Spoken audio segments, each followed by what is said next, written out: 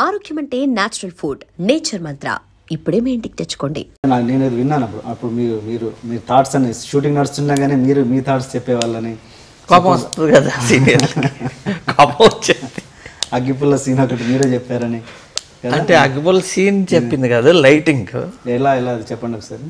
అంటే మామూలుగా ఏంటంటే నేను రామ్ గోపాలవరం గారు రేపు పొద్దున్న షూటింగ్ అంటే ఈవినింగ్ వెళ్ళేవాళ్ళం లొకేషన్.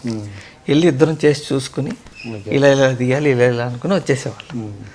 పొద్దున్నే అలా జరుగుతుండేది. ఏమన్నా రాత్రి అనుకుంది కాకుండా మారినా, ఒకవేళ రాము మర్చిపోయినా, ఇంకెవరన్నా మార్చినా వెళ్ళి గుర్తు చేస్తుండేవాడిని. రాత్రి మనం ఇట్లా అనుకున్నాం కదా, ఇట్లా వస్తుంది ఇది సో సీనియర్స్ ఉంటారు కదా, అలా భవానీ ఇంట్రడక్షన్ సీన్ ఉంది. దానికి అగ్గిపుల్ల వెలిగించి సిగరెట్ అంటించుకుంటాడు. అంటించుకున్నప్పుడు ఆ అగ్గిపుల్ల వెలుగులో ఫేస్ కనపడాలి. ఇది సీన్. ఇది గాడ్ ఫాదర్లో ఉంటుంది. గాడ్ ఫాదర్లో ఏంటంటే పైనుంచి లైట్ చేస్తారు. ఈ ఐబ్రో షాడో కంటి మీద పడి కళ్ళు కనపడం, లైట్ ఉండదు కంటి మీద. దానివల్ల ఏమవుతుందని అంటే గాడ్ ఫాదర్ ఏమనుకుంటున్నాడో బయట వాళ్ళకి తెలియదు. అలా ఉండాలని చెప్పి పైనుంచి లైట్ వేయమన్నాం.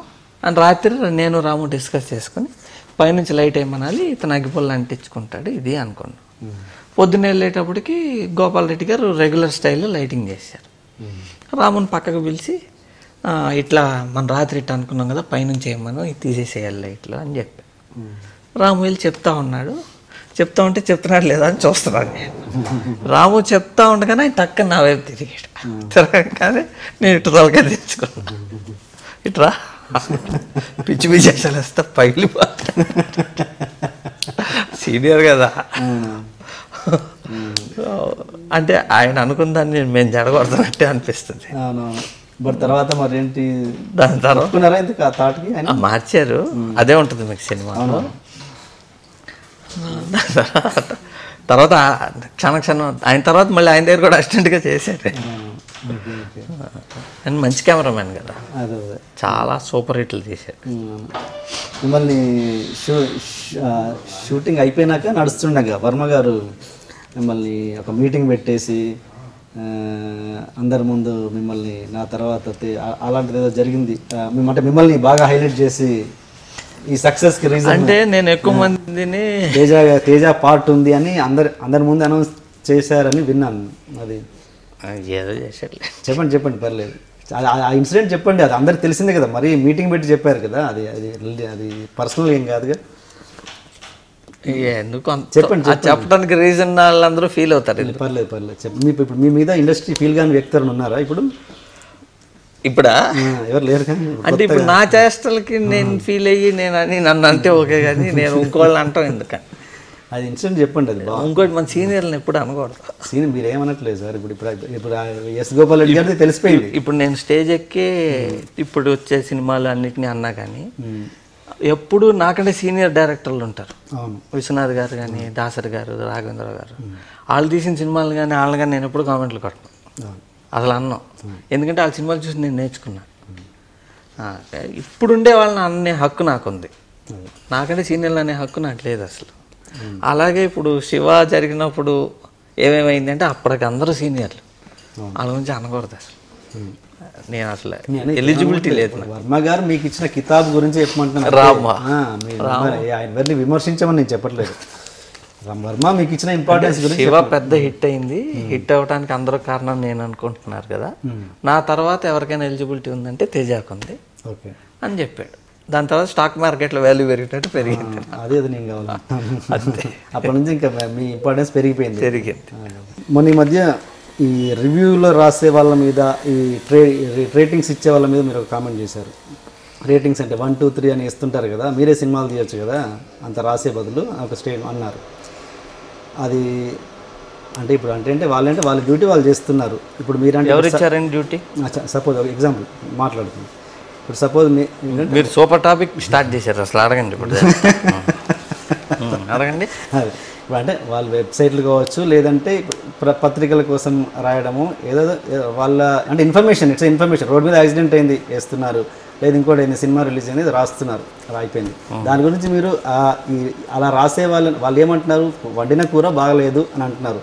అంతే తప్పించిన మీరే కూర వండండి అని మీరంటే అది ఎంతవరకు ఇది? అంటే ఇప్పుడు కూర వండేసాం, మీరు తిన్నారు, తినేటప్పుడు తింటా ఈ ఉప్పు ఇక్కడ ఇంతగా వేయాల్సింది, ఎంత ఉప్పు వేయాలి, పులుపు ఇట్లా కాదు ఇలా వేయాలి, సెకండ్ హాఫ్లో కారం వేయలేదు అని అంత చెప్పినాడు నువ్వే తీయచ్చు కదా. నేను కూర తింటా, బాగుంది బాగాలేదు చెప్తా అంతే, నాకు నచ్చింది నచ్చలేదు చెప్తా, నువ్వు పెట్టావు నాకు నచ్చలేదు. ఇప్పుడు ఇళయరాజా గారు ఒకసారి ఇళయరాజా గారితో మ్యూజిక్ సిట్టింగ్లో కూర్చున్నాం, ట్యూన్ ఇచ్చాడు ఆయన, అలా చూసా, బాగుందా బాగాలేదా అన్నాడు. అటా ఏంటి అన్న, బాగుంది బాగాలేదు అని చెప్పేంత నాలెడ్జ్ నాకు లేదు సార్ సంగీతం గురించి, నాకు నచ్చిందో లేదో నేను చెప్పగలను, నువ్వు నాకు చాలా నచ్చేవా అసలు, ఇప్పటిదాకా ప్రతివాడు బాగుంది బాగాలేదు చెప్తాడు, సంగీతం బాగుంది బాగాలేదు చెప్పేంత ఎలిజిబిలిటీ నాకు లేదు, నచ్చింది నచ్చలేదు నేను చెప్పగలను.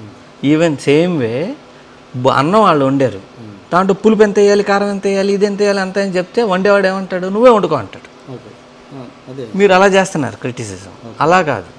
దాంట్లో ఉన్న గొప్పతనం ఏంటి, రాంగ్ ఏంటి, అసలు ఎలా ఉండాలి, ఎనలైజింగ్ ఉందా, నాలెడ్జ్ లేదు.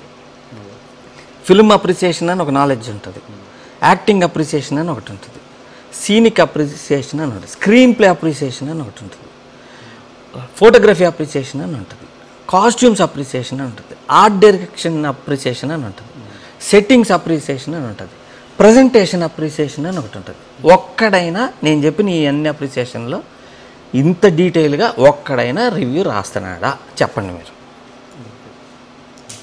ఎంతసేపు పులుపు లేదు, ఇది లేదు, సెకండ్ హాఫ్లో బ్రహ్మానందం గారు లేడు, ఇది లేదు, అది లేదు, ఇది తప్ప ఏది గొప్ప ఏది రాంగు చెప్పగలరా? అంత నాలెడ్జ్ ఉందా? లేదు. అంటే సపోజ్ అప్పుడు వాళ్ళే అన్నారు మిమ్మల్ని, మీరు సపోజ్ ఒక సినిమా తీశారు, ఏదో నిజం కదా, ఏదో సినిమా తీశారు, నీతి ఇచ్చే నీతి, సపోజ్ ఒక గవర్నమెంట్ ఇలా ఉండకూడదని ఒక సినిమా తీశారు, మీరు సినిమా అలా సినిమా తీసేవాళ్ళు మీరే పాలిటిక్స్కి వచ్చి మీరే సీఎం అవ్వచ్చు కదా నేనంటే. అంటే నాకు అర్థం కాదు, ఇప్పుడు నిజం అనే సినిమా తీశారండి మీరు, ఇలా ఉండాలి, అవినీతి ఉండొద్దు, ఇలా ఉండొద్దు అని గవర్నమెంట్, మీరు అవినీతి ఇవ్వద్దు, నేను నన్ను అడిగాడు ఎవడైనా లంచ్ అలా ఇప్పుడు పీకుతాను, అలానే ఒక సపోజ్ నేను ఒక పొలిటికల్ లీడర్ని, మీ సినిమా చూసి అంత నీతులు చెప్పే బదులు నువ్వే పన్న పాలిటిక్స్లోకి వచ్చేసి మీరు సీఎం వచ్చి మేము వచ్చామనుకోండి, మా లాంటి వాళ్ళు వస్తే నేది కరెక్ట్గా ఉండాలి అని క్వశ్చన్ చేసేవాళ్ళు ఉంటే నాలాగానే మీరందరూ కూడా క్వశ్చన్ చేయగలిగితే ఇప్పుడున్నారు యాదవులు మనకి లీడర్లుగా ఒకడు ఉండడు, అందరం కూర్చుని పనికి రాకుండా సినిమాల మీద కామెంట్లు, పేపర్లు చూసి డెసిషన్లు చేస్తున్నాం, చేయకుండా బయటకు వచ్చి క్వశ్చన్ చేయగలిగితే ఈ ఎదవలందరూ దిగుతారు. అసలు ఏంటంటే ఎలిజిబిలిటీ ఉందా మనకి లీడర్లు అయ్యే ఎలిజిబిలిటీ, వాళ్ళకి స్టాచ్యూలు పెట్టే అంత ఎలిజిబిలిటీ ఉందా వాళ్ళకి? ఎందుకున్నారు? ఎందుకంటే మొత్తం మేధావితనం అంతా సినిమా క్రిటిసిజంలో వేస్ట్ చేసుకుంటున్నారు.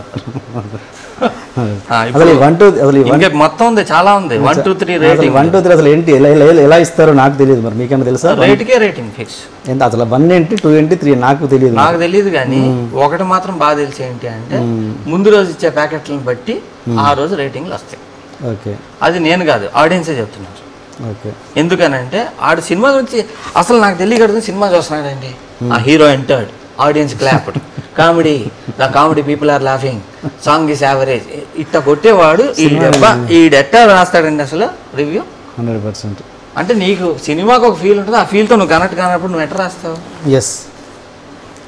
ఇప్పుడు ఏమైపోయిందనంటే బేసిక్గా సినిమాలో ఆర్టిస్టులు ఉంటారు, ఒక కళ, ఆర్టిస్ట్ సినిమా అనేది కళ, పెయింటింగ్ ఒక కళ, ఈవెన్ కటింగ్ చేస్తారే అది కూడా కళే, మేకప్ వేయటం కళ, ముక్కులో ఎంట్రికలు కత్తిరించడం కూడా కళే, సరిగ్గా కళ రాకపోతే ముక్కు కట్ అయిపోద్ది.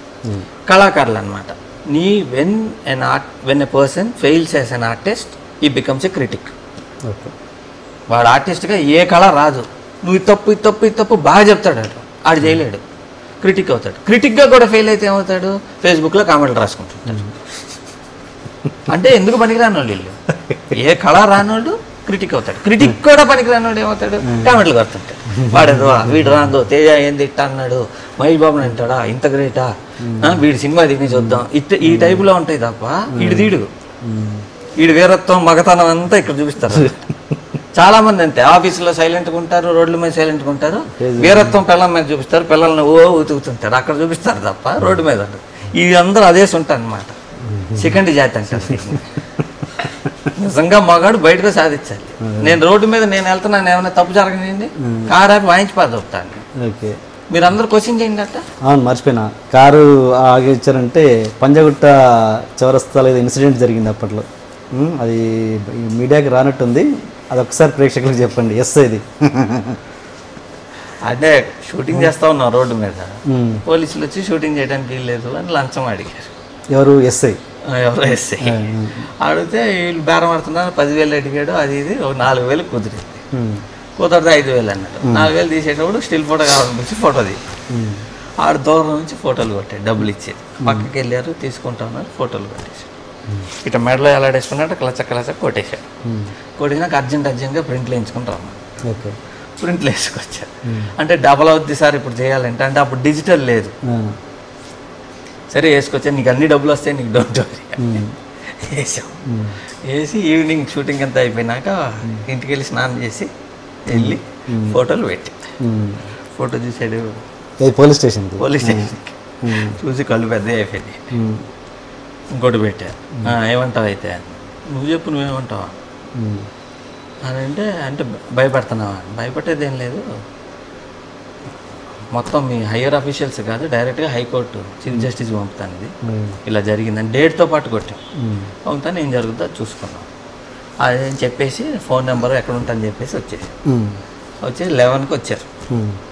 పంచాయతీ మీటింగ్ ఏంటంటే 1,00,000 రూపాయలు ఏంటంటే 1,00,000 రూపాయలు నువ్వు 4,000 తీసుకున్నావు కదా, 1,00,000 మళ్ళీ బేరం అది ఇది 50,000 ఇచ్చి. ఓకే, తర్వాత మళ్ళీ ఆయన మిమ్మల్ని టార్గెట్ చేయడం ఏం జరగలేదా? ఉండే కదా ఫోటోలు. ఓకే ఓకే, నా జోలికి ఇచ్చేసి ఫోటోలు ఇచ్చేలేదా? ఇంకా ఫోటో నెగిటివ్లో ఇచ్చామని కాపీలు ఉన్నాయి. ఓకే ఓకే, అసలు మీరు ఇప్పుడు criticism. Subscribe iDream Media. Please do subscribe to iDream. Please subscribe to iDream Media. For best entertainment and information, please subscribe iDream. And don't forget to